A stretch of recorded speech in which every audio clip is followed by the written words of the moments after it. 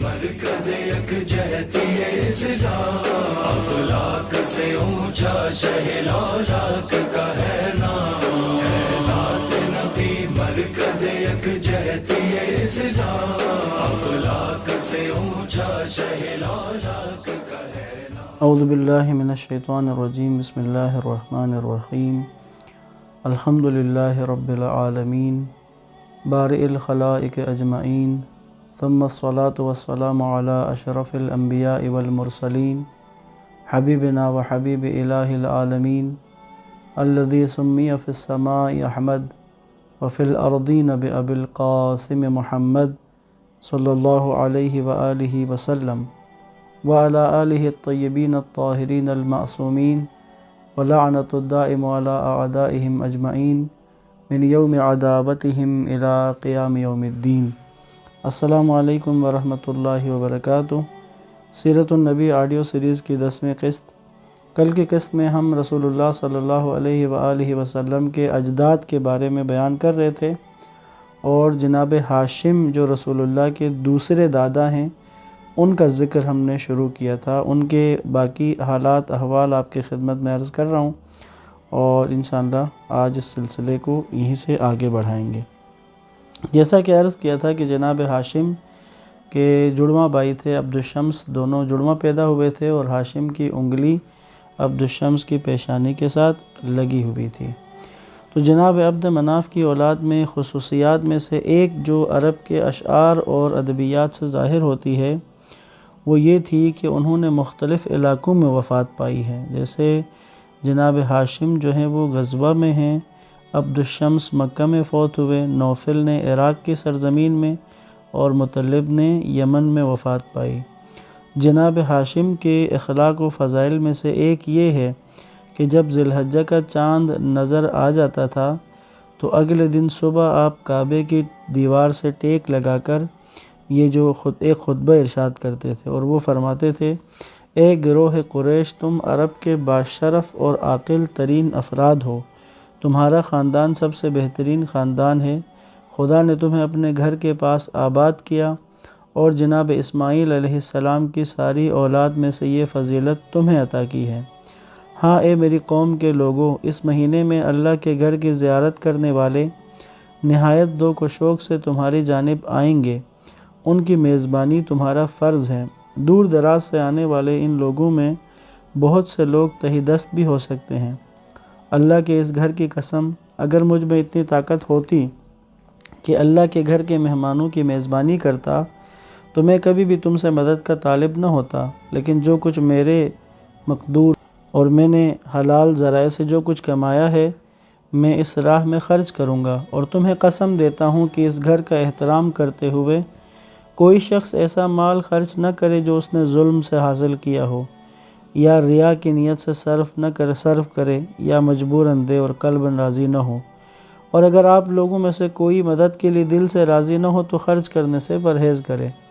تو جناب ہاشم کی سرداری ہر لحاظ سے اہل مکہ کے لیے ایک فائدہ بخش تھی، اور لوگوں کی بھلائی میں بہت زیادہ مؤثر تھی۔ کہتے ہیں کہ جب قحط کا دن تھا تو قحط کے اوقات تھے، ایام تھے، تو قحط کے دنوں میں آپ کی سخاوت اور دست فیض سے لوگوں کو قحط کے رنج کا احساس تک نہ ہوا۔ کہتے ہیں کہ یہ اونٹ ذبح کر کے اس کا شوربہ بنا کے پھر روٹیوں کو ٹکڑے کر کے اس شوربے میں مکس کر کے لوگوں کو کھانا تیار کر کے کھلاتے تھے۔ کہا جاتا ہے کہ اہل مکہ کی تجارت کو فروغ دینے کے لیے امیر غسان سے معاہدہ آپ کے عمدہ اقدامات میں سے ایک تھا۔ یہی معاہدہ آپ کے بھائی عبدالشمس کے امیر حبشہ سے، اور مطلب اور نوفل دوسرے بھائیوں کے یمن کے فرمانروا اور ایران کے بادشاہ سے معاہدوں کا سبب بنا، تاکہ دونوں طرف سے تجارتی اجناس کی نہایت آزادی اور اطمینان کامل سے نقل و حمل ہو سکے۔ اس معاہدے نے بہت سی مشکلات حل کر دیں۔ مکہ میں بہت سے تجارتی بازار قائم ہو گئے جو طلوع اسلام تک باقی رہے۔ آپ کے جملہ نفع بخش کاموں میں سے ایک یہ تھا کہ آپ نے گرمیوں میں شام کی جانب اور سردیوں میں یمن کی طرف قریش کی مسافرت کی بنیاد رکھی، اور یہ طریقہ طلوع اسلام کے عرصے تک جاری رہا۔ سورہ قریش میں اس کا ذکر بھی ہے۔ بسم اللہ الرحمن الرحیم، لِإِيلَافِ قُرَيْشٍ إِيلَافِهِمْ رِحْلَةَ الشِّتَاءِ وَالصَّيْفِ رحلہ سفر کو کہتے ہیں، شتاء و صیف گرمی اور سردی کا سفر، یہ وہی سفر ہے جو جناب ہاشم نے شروع کروایا تھا۔ عبد الشمس جو جناب ہاشم کے بھائی تھے، جڑواں بھائی، ان کا بیٹا امیہ اپنے چچا ہاشم کی عظمت اور بزرگی سے حسد کرنے لگا، اور اس نے بخشش اور عطا سے لوگوں کے دل اپنی طرف پھیرنے کی کوشش کی، لیکن یہ سب کوششیں کرنے اور کئی حربے آزمانے کے باوجود جناب ہاشم کے طریقے پر نہ چل سکا۔ اس کی ملامت سے بھی جناب ہاشم کی عظمت و عزت میں کمی کے بجائے اضافہ ہی ہوا۔ حسد کی آگ امیہ کے دل میں اور بھڑک اٹھی، اور اس نے اپنے چچا جناب ہاشم سے کہا کہ وہ دونوں عرب کے دانشمندوں کے پاس چلیں۔ اس زمانے میں جو کاہن ہوتے تھے ان کے لیے یہ لفظ استعمال ہوا ہے، کاہن کہتے تھے اس زمانے میں۔ تو امیہ نے اپنے چچا جناب ہاشم سے کہا کہ وہ دونوں جو ہیں کاہنوں کے پاس چلیں، اور وہ کاہن جس کی بھی تعریف کریں گے تو تمام امور کی باغ ڈور اسی کے ہاتھ میں ہوگی۔ چونکہ جناب ہاشم کی عظمت اور وقار کے منافی تھا کہ آپ بھتیجے سے جھگڑنے کے لیے کھڑے ہو جاتے، اس لیے امیہ کے بے پناہ اصرار پر آپ مجبوراً 2 شرطوں کے ساتھ اس کام کے لیے آمادہ ہو گئے۔ پہلی شرط کہا کہ دونوں میں سے جس کے خلاف فیصلہ ہو وہ حج کے دنوں میں 100 سیاہ اونٹ کی قربانی دے۔ دوسری شرط یہ کہ 10 سال کے لیے اسے مکہ چھوڑنا پڑے گا۔ اب یعنی یہ طے تھا کہ امیہ چاہ رہا تھا کہ جناب ہاشم کو لے کر کاہنوں کے پاس جائے، اور کاہن جس کی تعریف کریں تو مکہ کا سردار وہ ہوگا۔ حسن اتفاق سے عرب کے دانشمند یعنی وہی کاہن، انہوں نے ان کی نگاہ جو ہی جناب ہاشم پر پڑی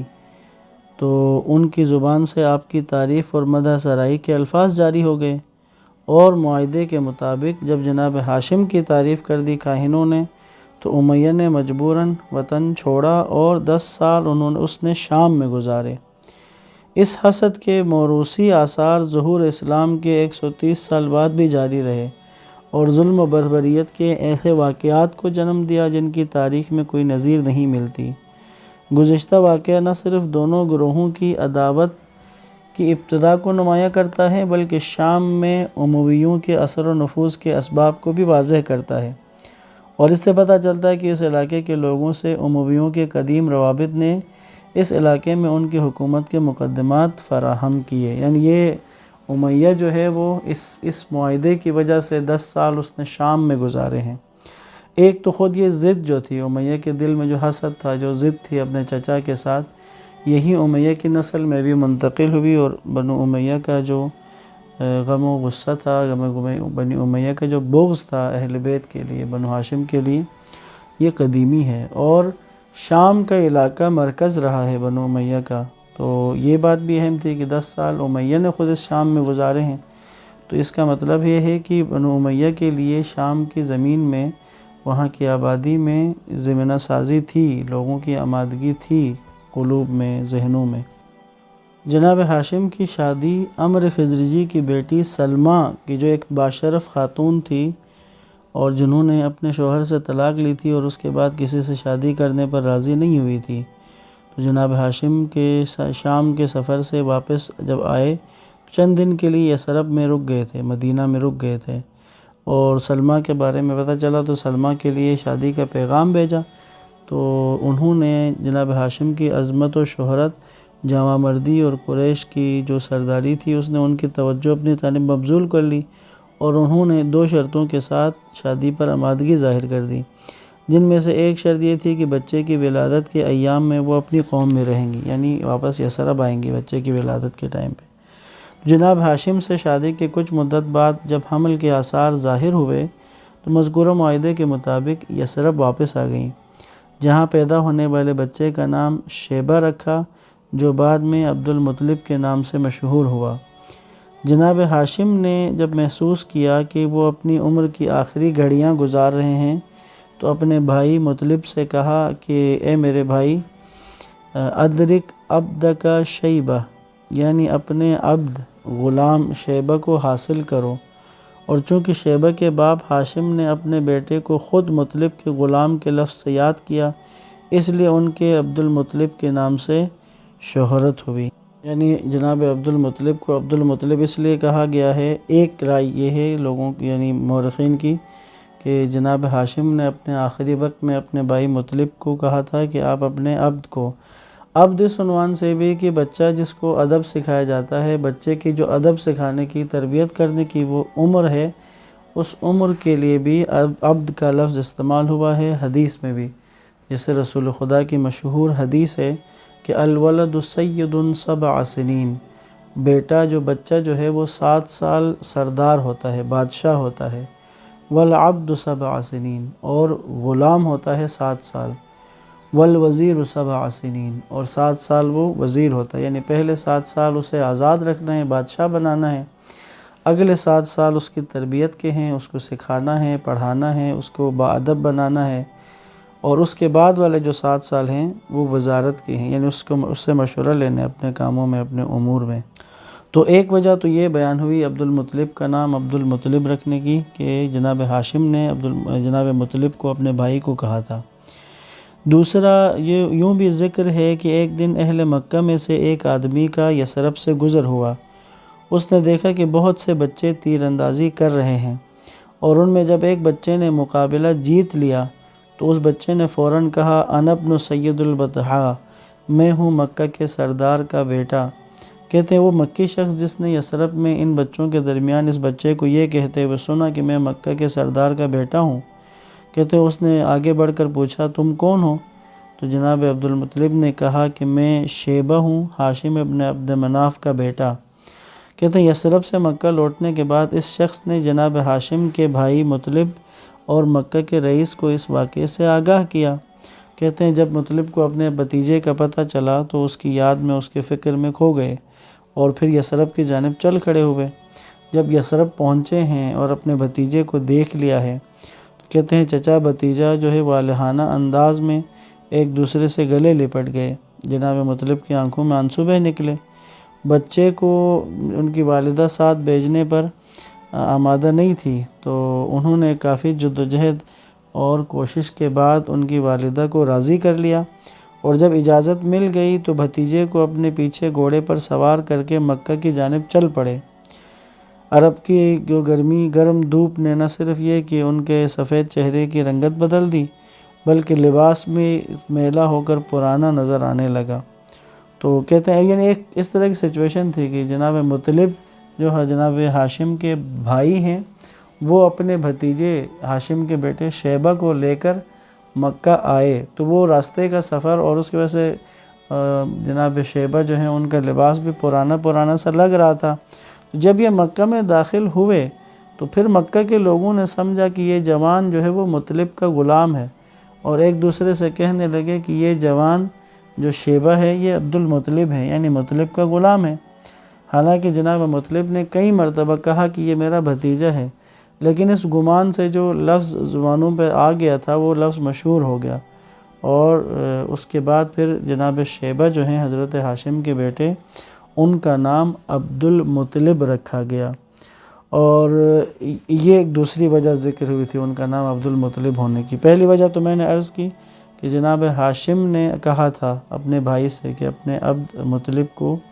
مطلب سے کہا کہ اپنے عبد کو، اپنے غلام کی اس کی خبر لیں، اس کی پرورش کریں۔ دوسرا میں نے کہا کہ جناب مطلب اپنے بھتیجے شیبہ کو لے کر آ رہے تھے تو کسی نے دیکھا تو کہا کہ یہ عبد المطلب ہے، یعنی مطلب کا غلام ہے۔ تیسری بات جو ذکر کی گئی وہ یہ کہ انہیں اس لیے عبد المطلب کہا جانے لگا چونکہ آپ نے اپنے چچا کے دامن عطوفت میں پرورش پائی تھی، اور عرب کی زبان میں تربیت و خدمت اور احسان کی قدردانی کے طور پر